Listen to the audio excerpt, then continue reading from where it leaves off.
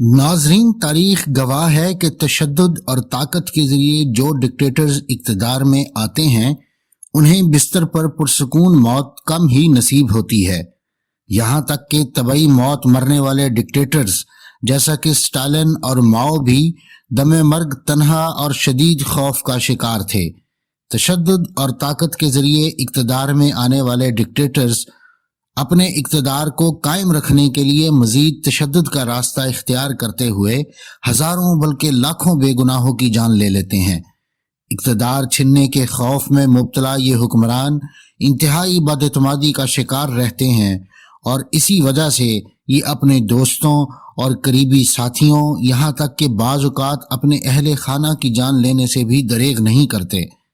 मगर किसका अरूज सदा रहा है, सो इंतहाई ताकतवर ये हुक्मरान भी आखिर जवाल का शिकार हुए, मगर इनमें से बाज का ये जवाल इतना दर्दनाक था कि जिसकी मिसाल नहीं मिलती और ये रहती दुनिया तक के लिए इबरत का निशान बन गया।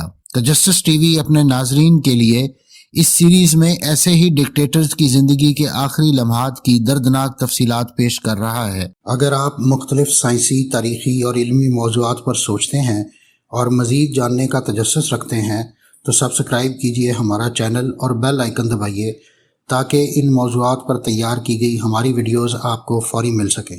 नाजरीन, अनवर सादात 1952 में मिस्री शाह फारूक का तख्ता उलटने वालों में शामिल थे।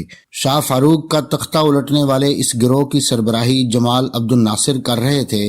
अनवर सादात ने बाद-अज़ां जमाल अब्दुल नासिर के साथ बतौर वाइस प्रेसिडेंट काम किया। ताहम 1970 में अनवर सादात ने तीसरे सदर के तौर पर मुल्क की सदारत संभाल ली। अनवर सादात ने इसराइली वज़ीर आज़म के साथ अमरीकी सदर जिमी कार्टर की मुआवनत से एक अमन मुआहिदा साइन किया। अगरचे इन दोनों को मुश्तरका तौर पर अमन का नोबल इनाम भी दिया गया, मगर अरब वर्ल्ड में इसराइल के साथ इस किस्म के मुआहिदे से अनवर सादात की मुखालफत शुरू हो गई और उन्हें मगरबी आशीर्वाद से इस्लाम और अरब दुश्मन समझा जाने लगा। खुसूसन फ़लस्तीन की जानिब से इस मुआहिदे की शदीद मुखालफत की गई। फ़लस्तीनी सदर यासिर अरफ़ात की तरफ से शदीद मुखालफत सामने आने के बाद अरब लीग से मिस्री रुकनीत मुअत्तल कर दी गई, जो कई साल बाद 1989 में दोबारा बहाल की गई थी। मिस्र में भी इसराइल के साथ करीबी रवाबत रखने पर मुख्तलिफ जहादी और इस्लामी तंजीमों की तरफ से एहतजाज सामने आया और इन तंजीमों ने अनवर सादात के खिलाफ जज्बात को अवामी तावन और हिमायत हासिल करने के लिए इस्तेमाल किया। मिस्री इस्लामी ग्रुप्स अनवर सादात को अपना सपोर्टर मानते थे और चाहते थे कि हुकूमत इन्हें सपोर्ट करे, मगर जाहिर है इसराइल और मगरब के साथ बढ़ते हुए तावन की वजह से उनके मफादात को नुकसान पहुँचना लाजमी था। लिहाजा उन्होंने अनवर सादात की खुलम खुला मुखालफत शुरू कर दी और एक नई इस्लामी हुकूमत के क़याम की तहरीक का आगाज़ कर दिया गया।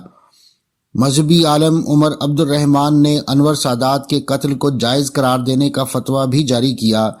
नाजरीन, उमर अब्दुल रहमान वही आलिम दीन हैं जिन्हें बाद-अज़ां 1993 में वर्ल्ड सेंटर पर होने वाले बम हमले में सज़ा का सामना भी करना पड़ा। नाजरीन, इन हालात में अंदरून मुल्क हंगामों और मुजाहिरों का सिलसिला शदीद हो गया था। ताहम अनवर सादात ने इन मुजाहिरों का जिम्मेदार रूस को करार दिया कि वो लीबिया और शाम में मौजूद उनके मुखालिफ गिरोहों को तावन फराहम कर रहे हैं। 1981 में फ़ौज ने सादात का तख्ता उलटने की कोशिश की, मगर इस साजिश को नाकाम बना दिया गया। इस बगावत की आड़ में सादात ने अपने मुखालफिन को ख़त्म करना शुरू कर दिया। अपोजिशन रहनुमाओं की गिरफ्तारी और फिर तशद्दुद और कत्ल जैसे वाक़यात भी सामने आए।